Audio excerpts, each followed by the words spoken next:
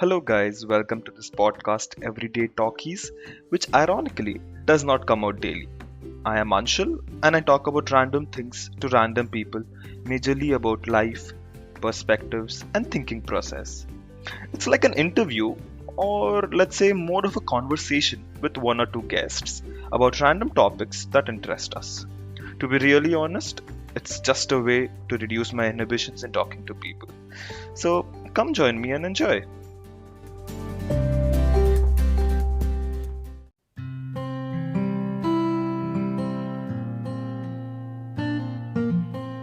Hello, guys, welcome to the new episode of Everyday Trekkies, where we review the third episode of the series Lower Decks, namely Temporal Edict. Now, before we continue, we thought that it would be good that if we could give just a two-line summary of what happened in the episode so that people are up to speed, just for people to have context. I'll read out basically what IMDb says because I cannot make something of my own. I was just about to do that.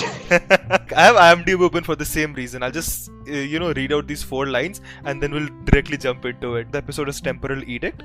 A new work protocol eliminating buffer time has the lower decks crew running ragged as they try to keep up with their tightened schedules. Ensign Mariner and Commander Ransom's mutual lack of respect comes to a head-on during an away mission. Okay, so this summary is pretty bad. I don't even know what people might understand from this, but whatever. Let's jump into it. Yeah, okay. Before we do that, I just wanted to mention this thing ki, yesterday, just I think before I watched the episode, I was thinking about Chariots of Fire and I googled it and I found out that Ben Cross died. Ben Cross was a really good actor. He was in the new Star Trek movies. He played Sarek. So he died a few days ago. So I just wanted to mention that. He was a really good actor, and if you want to check out some of his stuff, watch Chariots of Fire. He's amazing in it. Yes, so people check it out. Now let's get into Temporal Edict. Yes. So, okay, go ahead. This time with you. What were your first impressions from the episode? I really liked this episode. It was fun. It was played on a lot of, TNG tropes. And I feel like we say that every episode, but this episode especially dealt with a very, very, very Star Trekky subject. Basically the buffer time thing, right? Every Star Trek show, what happens is the structure of the show is they run into a problem, something goes wrong, and they have to basically take the ship out of that problem. And so the captain will yell at the engineer, we need this done. How much time will it take? Then the engineer will be like, it'll take 10 hours maybe. And then the captain will be like, do it in 7.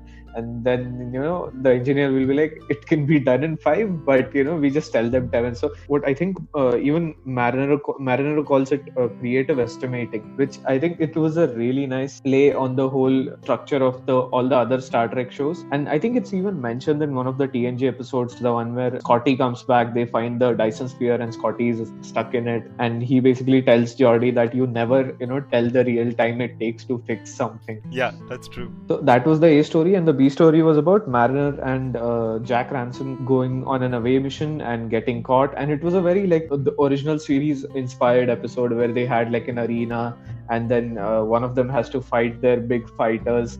But it also subverted that whole thing with the fighter being really smart, and then Mariner and Ransom basically arguing over who gets to fight him. And so yeah, I found it really funny. I would say this was, I think, one which you could very closely relate to the original series or the TNG or basically the old live action Star Trek. Did you like it better than the previous few episodes, or the first episode still tops your ranking? I think overall, I like this episode the best. Only because it was a very well-made episode, and it had real character growth for everyone, Boimler, Mariner, maybe not for Rutherford and Tendi, but at least Boimler and Mariner, who are the two proper leads of the show, got some really good character development. The side characters who are the main crew of the ship got some really good development. I really liked some of the jokes they made in this, the cold open of the show where it's a joke on TNG where Boimler is playing some blue violin.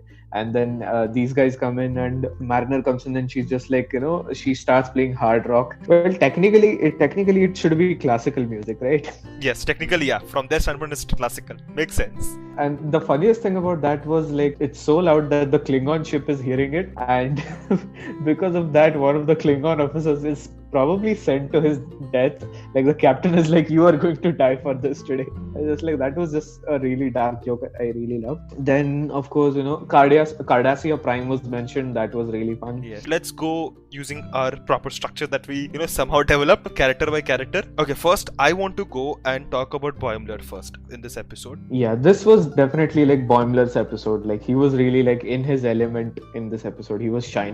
Like this was, I think, the first episode where Boimler was shown in a positive light, I would say, and where everyone was suffering due to the lack of buffer time. He was thriving in it. He was managing all tasks at whatever speed, whatever he could, and it shows on what aspects that he's good at. It's not that he's bad at everything. Like we have been bashing him for the past 2 episodes where he always falls short, and Marimer is the one who somehow rescues or tries to inculcate good spirits into him, and like that. It's nice to see Boimler doing something really good, like something he's good at. And it's still funny because everybody basically hates him for being that good at that. Now I was saying that, but did you see the similarities between Boimler and the captain? Like what I observed was, whosoever the captain is basically, but even captain is working the tight schedule that she had developed where there will be no buffer time and all of that, and when things came towards the breaking point, she was handling all of it, and she was handling it like not as smoothly as Boimler, but she was handling it. So it shows that she's just not a simple figurehead. She knows what she's doing. That's why she's a starship captain, no doubt about that. But then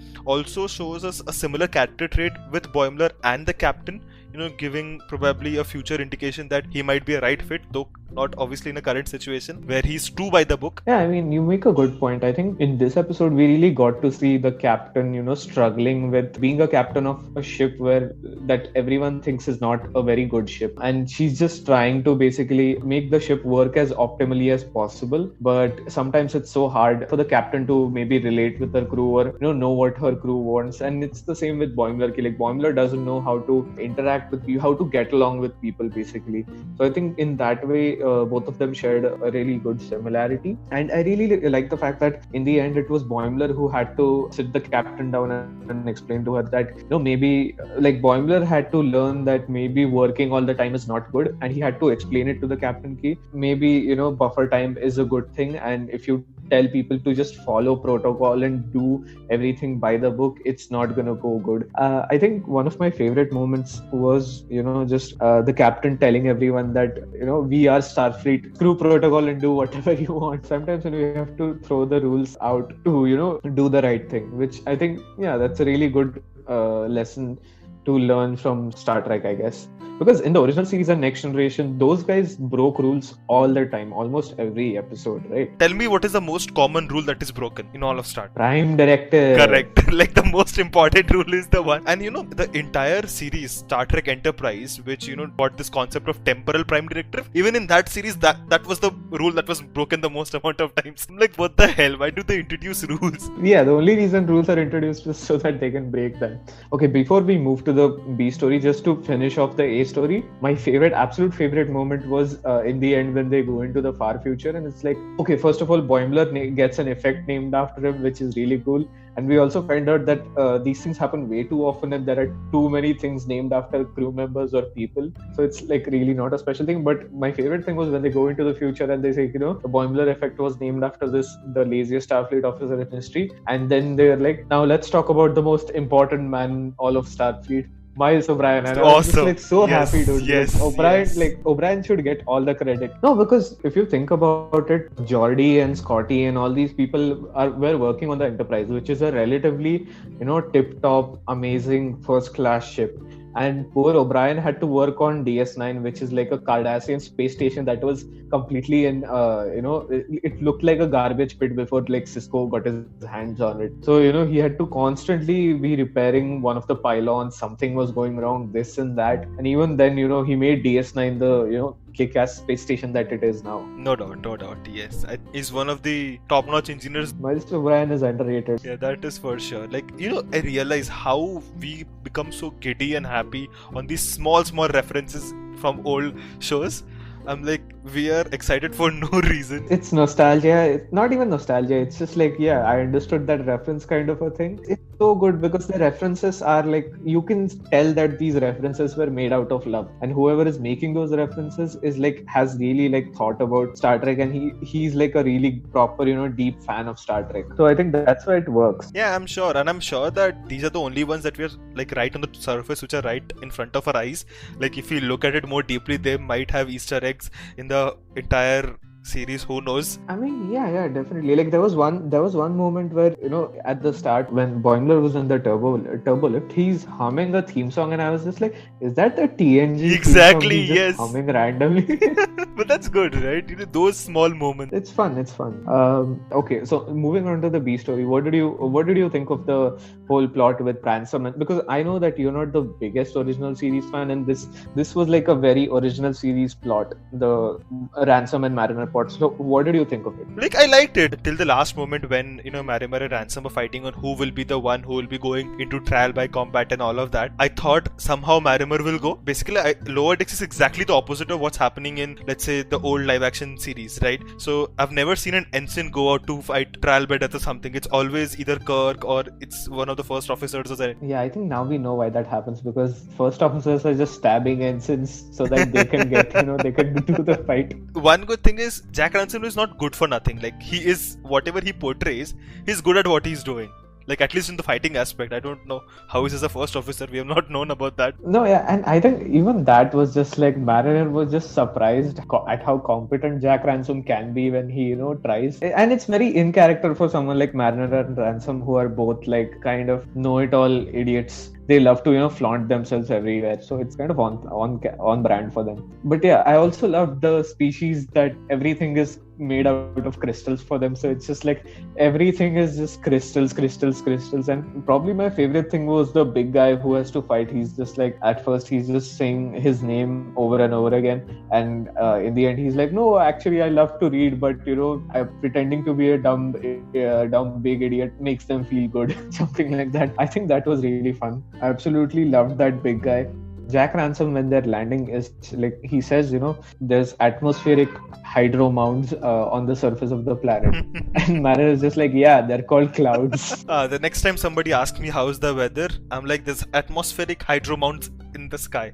Yeah, it's a good techno-babble joke, We just like say scientific sounding words and, try to sound smart. I understand like they could not fit all the characters. We did not see much of Rutherford and Tandy. They were like mostly a side characters, just fitting the purpose of Boimler effect and all of that, the buffer time aspect. I guess like overall it was good. We are seeing that they're following these two plots simultaneously, one which is happening on the ship and one which is happening like either they're on an away mission or something like that. Yeah, I really like that. Like all the 3 episodes have followed that structure so far. That kind of episodes are good. It's not very monotonous, and yet it's funny and quirky with its references and all of that. I'm generally liking that. It's a very light watch. Like I'm glad that they introduced a concept of buffer time and all of that, the importance in whatever silly way they could, how Star Trek initially was. Like if you see in the original series and TNG, like what we saw in original series and TNG, even they had some stupid plots, but they used to tackle issues of that era using the sci-fi way, because in sci-fi everything can be done. You can bring in Hitler and Hitler can be good, and everything can be topsy-turvy, and you can look at it from a third perspective point of view. So I think that way, if you watch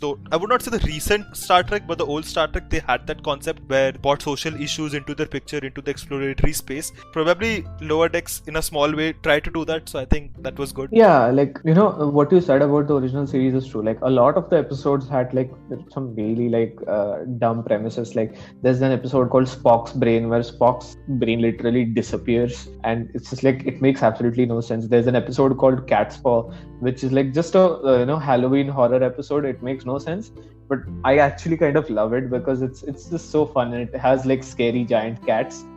So original series had these kind of dumb things, but they weren't like embarrassed of it. And I like that Lower Decks is the same way. Like Lower Decks also has a lot of dumb things, but it goes into it so confidently. And you can see it in the characters like Mariner and Ransom and the captain are such like confident characters. Even someone like Rutherford and someone like Tendi, they don't hesitate for a second to think that is this like too dumb, or is this, is this stupid, or is this something like this or that. They just like jump into it and they're like, we have to do this, we're happy to be here, let's do what needs to be done and not like examine it too much. Especially like Mariner is like showing all her scars. It's such a nice moment, I think, just character wise, because she's completely fearless and she doesn't give two shits about what anybody thinks of her, and wants to do the right thing whenever she can, even though she does not care for much of Starfleet or anything, but she's very principle minded in moments like these, I think. And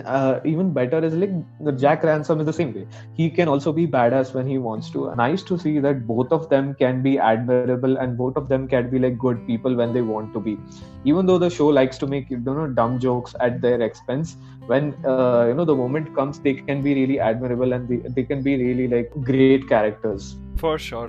Like, I think the amount of times that we have referred the old Star Trek and this and that, people might just assume that we're just hating on the new ones. But I'm sure that's not the case. For something like Lower Decks especially, it's impossible to talk about it without referencing old Trek. We talk about Enterprise and Discovery and all that in their own right, but something like Lower Decks, obviously, it wants to be like old Trek, and it does a very good job at it. It has carved its own niche. And you're getting more Star Trek. And the fact is, at the end of the day, whether it doesn't matter if it's like a well-made show or if it's like a amazing show, if it's a great show, if it's something that you love and if it's something that you can get something out of, if you can, learn something from it, if you can, like in the first episode, you can learn, maybe you don't always have to tattle on your friends. Maybe in the second episode, you can learn that maybe it's okay to, change your career paths, and maybe it's okay to not be afraid of doing what you love. And in the third episode, you learn something like maybe, all work and no play makes Jack a dull boy is like actually true. And you learn that,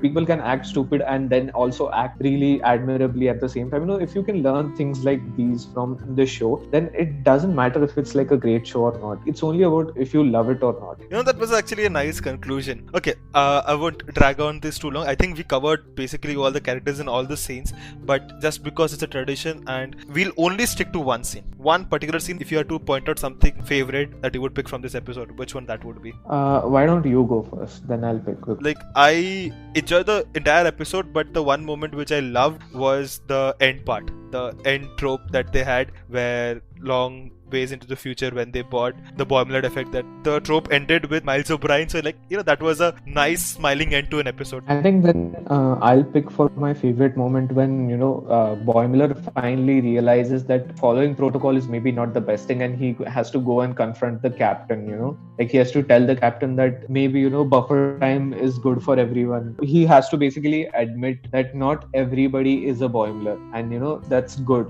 Diversity of people is always good. So yeah, I think that was my favorite moment. But again, that's how we come to the end of the episode. We'll soon meet you with the next episode. Today I'll just go with Live Long and Prosper because it's a Sarek quote and Ben Cross was amazing. Go watch Chariots of Fire. Awesome. Live long and prosper.